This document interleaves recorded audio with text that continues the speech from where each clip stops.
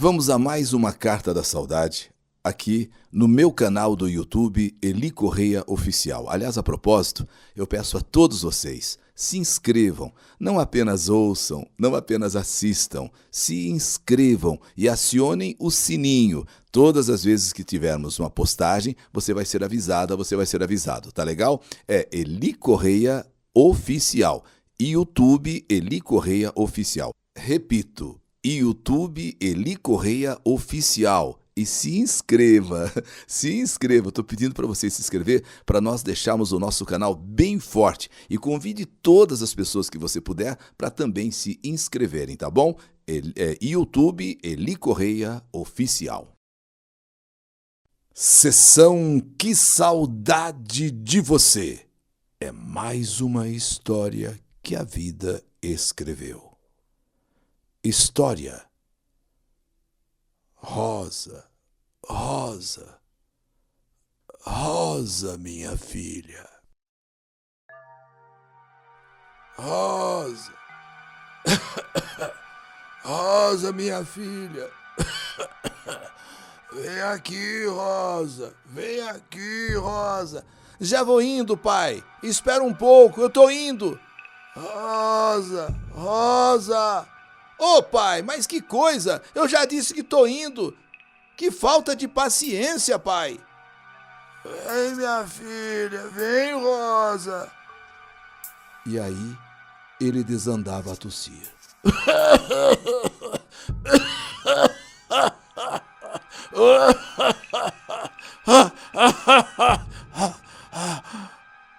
Ele se esforçava. E quanto mais se esforçava, mais ele tossia. E no meio daquela tosse, ele tentava gritar pelo meu nome. Rosa! Rosa! Rosa! Também, 72 anos, muito doente, aquela voz rouca, muito cansada, era meu pai me chamando com insistência. Ele precisava de mim, de alguma coisa que ele sozinho não podia fazer, porque já não tinha condições para isso.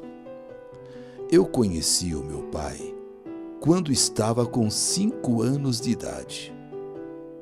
Acontece que ele deixou o Ceará, onde morávamos, e mamãe estava ainda comigo na barriga. Mamãe estava grávida de 7 meses de mim, quando o papai veio para São Paulo com os meus irmãos mais velhos, à procura de trabalho, à procura de conseguir uma vida melhor na capital de São Paulo, porque lá no Ceará era muito sofrimento. E ele mandava dinheiro para a mamãe. E nas cartas ele prometia que assim que tivesse uma casinha arrumadinha, prontinha, ele mandaria passagem para trazer a minha mãe. E aí, nas cartas, mamãe inclusive avisou, a menina nasceu. A menina era eu. Todos os meses o dinheiro chegava. Porém, nem ele, nem meus irmãos ainda podiam nos trazer, por falta de moradia. E eles batalhavam para conseguir comprar um terreninho, batalhavam. Isso demorou tempo. Eu já estava agora com os meus 5 anos, quando finalmente o pai conseguiu o terreno, construiu uma casa e agora sim, as passagens seguiram com um dinheiro para que mamãe pudesse vir para São Paulo e trazendo eu, que já tinha 5 anos, ao encontro dele. E dos outros filhos. Foi uma alegria tão grande no coração de mamãe, que ela chorou muito, ela chorou demais. Saímos então do Ceará, e quando chegamos aqui, ainda então foi demais. Foi muito mais. O pai, assim que me viu na rodoviária, de mãos dadas com mamãe, ele não se conteve, ele correu, ele me pegou nos braços e me dizia: filha, eu sempre sonhei com você, minha filha, só que nos meus sonhos você não era bonita assim não, você não era tão linda assim não, minha filha, era diferente. Ó, eu sou teu pai, viu? Eu sou teu pai, filha. Olha aqui seus irmãos, filha. E eu, assustada, afinal de contas, aquele era o meu pai, mas eu não conhecia. Aqueles eram meus irmãos, mas eu nunca tinha visto. Eu só sei que foi aquela festa, abraçando eu, abraçando minha mãe. Foi uma choradeira de alegria, ó, que demorou passar. Agora a família estava completa. O pai, orgulhoso, feliz, tinha conseguido com que a esposa e a filha, a minha mãe e eu, pudéssemos vir e nos juntar aqui e formarmos a família completa. O tempo foi passando. O pai, muito trabalhador, responsável, só que era severo e bravo demais, principalmente comigo e com meu outro irmão, 6 anos mais velho que eu. A gente já conhecia o pai só pelo olhar. O pai, na verdade, só queria o nosso bem, tanto que eu e este irmão, o Raimundo, fomos os únicos 2 que mais estudamos. A minha irmã se casou. Eu estava com os meus 13 anos, mas muito desenvolvida para a minha idade, diga-se de passagem, a ponto de parecer já ter uns 16 com 13 anos. E foi neste casamento da minha irmã que eu fiquei encantada com um dos convidados, um homem que morava perto de casa, mas que nunca mesmo eu tinha notado. Afinal de contas, eu só tinha 13 anos. E ele bem mais velho que eu. Ele, separado, já tinha sido casado, pai de 2 filhos. Esse homem acabou balançando meu coração. Ele também, quando me viu, ficou louco por mim. Só que meus pais jamais poderiam imaginar uma coisa dessa. Toda vez que ele me via, parava para conversar. Sabe, aquelas declarações, falando coisas de amor e, somado aos elogios, me levavam às nuvens.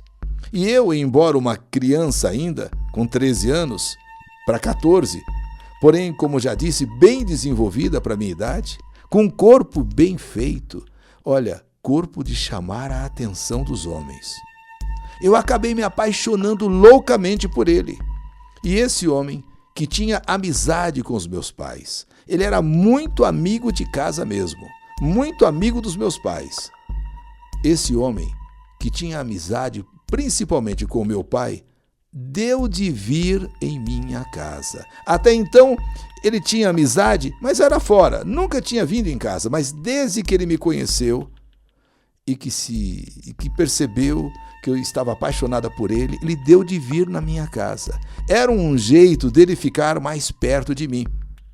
E quando nem o pai e nem a mãe estavam por perto, ele bem rápido me beijava, me dava aqueles beijos. Eu não conhecia, eu nunca tinha beijado, eu nunca tinha visto, sentido qualquer coisa assim. Então ele fazia uns carinhos e me beijava. E aquelas palavras doces, aquelas palavras assim, sabe, no meu ouvido, tudo muito rápido. Porque ai de nós se a gente fosse flagrado. Só que não demorou muito. E alguém percebeu, alguém viu e contou para o meu pai a respeito da gente. Para que isso foi acontecer? Por que isso foi acontecer? O pai virou um bicho. O pai virou um animal assim comigo. E agora só estava esperando aquele homem aparecer em casa com pretexto de visita, que ele ia simplesmente acabar com esse cara. E foi quando então, nesta mesma noite, naquele mesmo dia, na mesma noite, ele veio em casa, naquela desculpa de visitar o meu pai, visitar numa boa, como eu fazia sempre. Só que desta vez, papai já brecou ele na porta e começou a insultá-lo, começou a xingá-lo. Você não vê sua idade? Você é pior que um pedófilo, porque você está traindo a minha confiança. Você não passa de um pedófilo. Vê a menina, tem 14 anos, e você, separado, pai de 2 filhos, e dando em cima de uma menina. Eu te denuncio para a polícia, desgraçado. O pai disse tantas coisas. E mais, que a partir daquele instante, não havia mais amizade. Acabou! Não tem mais amizade, coisa nenhuma. E se você for homem, homem mesmo, nem olha para cá, para nossa casa. Olha, quando você passar por aqui, é um favor que você faz, nem olhar para o lado da nossa casa, da minha casa. Pois você não passa de um traidor, de um falso. E o pai bateu a porta na cara dele. E eu comecei então a ser super vigiada, já mais do que eu era. Porém, assim mesmo, às escondidas, dava para a gente se ver e se encontrar. Homem experiente, homem separado, pai de 2 filhos, eu bem ingênuo ainda, acreditava demais naquelas juras de amor. Nessa fase da minha vida, eu confesso que eu dei muita dor de cabeça para o meu pai, dei muita dor de cabeça para minha mãe. Causei contrariedade tanto para um quanto para outro. E devido a tanta pressão, devido a tantos problemas em casa, eu acabei tentando esquecer aquele homem, porque o meu pai ameaçava, inclusive, matá-lo. Então eu achei por bem esquecer. E tanto foi que namorei e até noivei com um outro homem. Mas acabei com tudo, porque na verdade eu não o amava. E com os meus 18 anos, amadureci e enfrentei a realidade. E contrariando a vontade de meu pai e da minha mãe, voltei àquele primeiro, o pai de 2 filhos, o separado da mulher. E que sempre fui louca por ele. Voltei atrás dele. Desmanchei o namoro, desmanchei o noivado, qualquer promessa de casamento e voltei à procura dele. Já tinha 18 anos. Mas eu tomei uma surra. Eu tomei uma surra do meu pai. Mas uma senhora surra. Devido fofocas de meu irmão, olha, eu fiquei tão mal que eu tive que ir para o hospital. E quando eu saí, meu pai já tinha dito: aqui você não entra mais. Para esta casa você não volta mais. E foi então que resolvi me juntar de vez com aquela pessoa. Se é assim, fui morar junto com ela. Minha mãe jogou tanta praga. Disse também que não queria me ver nunca mais, porque eu tinha dado muito desgosto a ela e ao meu pai. Eu fui embora, muito sentida com eles. Fui viver a minha vida ao lado daquela pessoa. Quando então eu tive meu primeiro filho, estava de resguardo ainda, e o pai mandou me chamar. Meu pai mandou me chamar. 1 ano já tinha se passado sem que a gente se visse. E eu morria de saudade do meu pai, da minha mãe. E até com os meus irmãos, o meu relacionamento também estava estremecido. Mas a bronca, a raiva, o ódio do meu pai, da minha mãe, em relação a mim e em relação agora ao meu marido, já tinha passado. E tudo o que ele mais queria era me ver. E tudo o que eu mais queria também era ver o meu pai. Afinal, no meu íntimo, eu sabia que tinha pisado na bola com ele, tinha feito ele sofrer muito, chorar sentido por tudo que eu havia praticado. E foi um reencontro muito bonito. Ele me perdoou, se alegrou demais ao conhecer o neto. Nesse tempo, nesse interim, acontece uma tragédia com o meu irmão mais velho. Meu irmão mais velho tomou soda cáustica pensando que fosse água. Ele de repente se confundiu com um copo de soda cáustica, com um copo de água, imaginou que fosse limonada, imaginou que fosse qualquer coisa e tomou. Ficou 8 dias no hospital e veio a falecer. Foi um duro golpe na vida de todos nós. Porém, a mãe e o pai foram, claro, os que mais sofreram. Tanto que mamãe, que já tinha problemas cardíacos, ficou gravemente doente. E eu cuidei dela por um bom tempo, mas ela acabou falecendo. No caixão dela, eu pedi perdão por tudo que a fiz passar. Chorei tanto e pedi tanto perdão, tanto perdão. A morte de mamãe abalou demais o meu pai.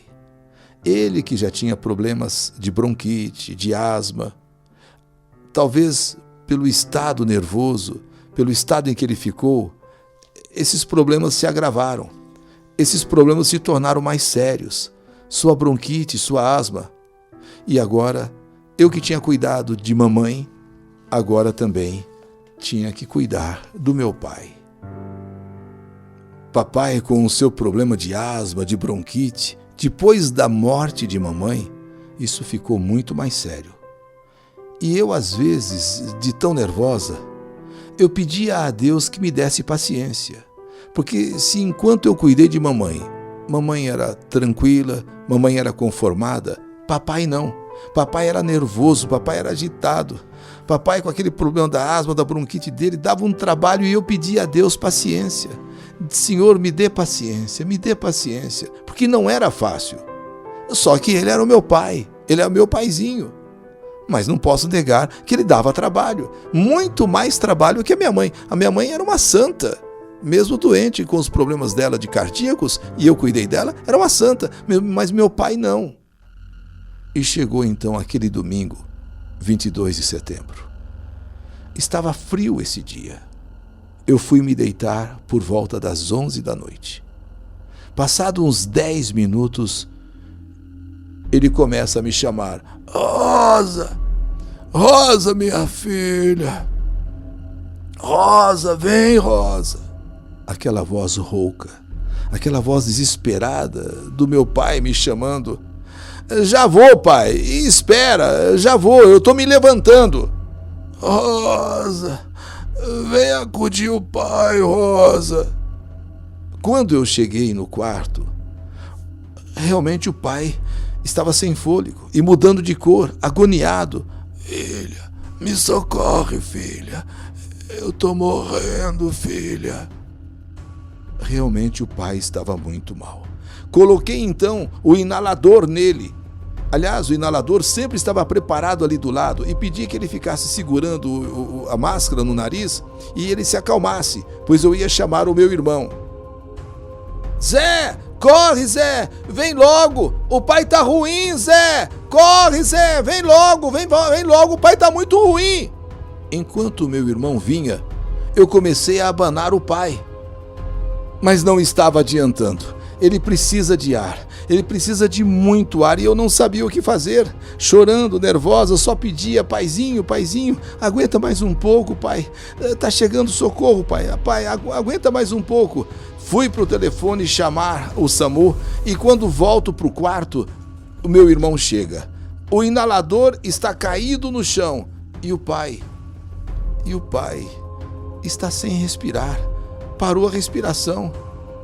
O pai está morto. Na verdade, enquanto eu o abanava, o pai já tinha entrado em agonia de morte. Eu não acreditava em nada daquilo. O pai tinha passado o dia tão bem e agora morreu assim. Eu olhava para ele, chorava desesperada. Pai, ô pai, que é isso, pai? O que está acontecendo, pai? Um pai teimoso, um pai bravo, um pai severo, um pai duro comigo, mas sempre quis só o bem dos filhos, principalmente o meu, porque ele sabia que eu tinha paciência com a mãe e com ele também. Já os outros eram diferentes. Pai, por favor, pai, acorda, pai, o senhor está dormindo, pai. Chegou o SAMU e nada mais havia o que se fazer, apenas constatar realmente a morte do meu pai. Pai, a falta que o senhor me faz é muito grande. Há um vazio em todos os cantos desta casa. Lembra, pai, nunca houve um dia dos pais sem eu lhe dar uma lembrancinha. Aniversário, Natal. Depois que o senhor partiu, muitas vezes, pai, eu acordo sobressaltada com a sua voz me chamando. Rosa, Rosa, filha, vem aqui, Rosa. Já vou, pai, espera um pouco. Rosa, minha filha, o pai tá precisando de você. Rosa, calma, pai, calma. Você vai ficar sem ar se ficar assim nervoso. Espera que eu já tô indo. Rosa, tô mal. Me acorde, filha. essa voz de meu pai, rouca, me chamando, por muito tempo permaneceu nos meus ouvidos após a sua morte. A minha irmã me disse que isso acontece porque ficou gravado no meu subconsciente, mas que é para mim não ter medo de nada, apenas rezar por ele, e é o que eu faço sempre. Inclusive, faço questão de, em todos os anos, Dia dos Pais, ir no cemitério Vale da Paz, no seu túmulo, e também no da mamãe, e orar pela paz de vocês dois. Que saudade de você, mamãe. Que saudade de você, paizinho. Sua filha, Rosilene, aqui de Diadema. Que saudade de vocês, minha mãe e meu pai. É mais uma história que a vida escreveu.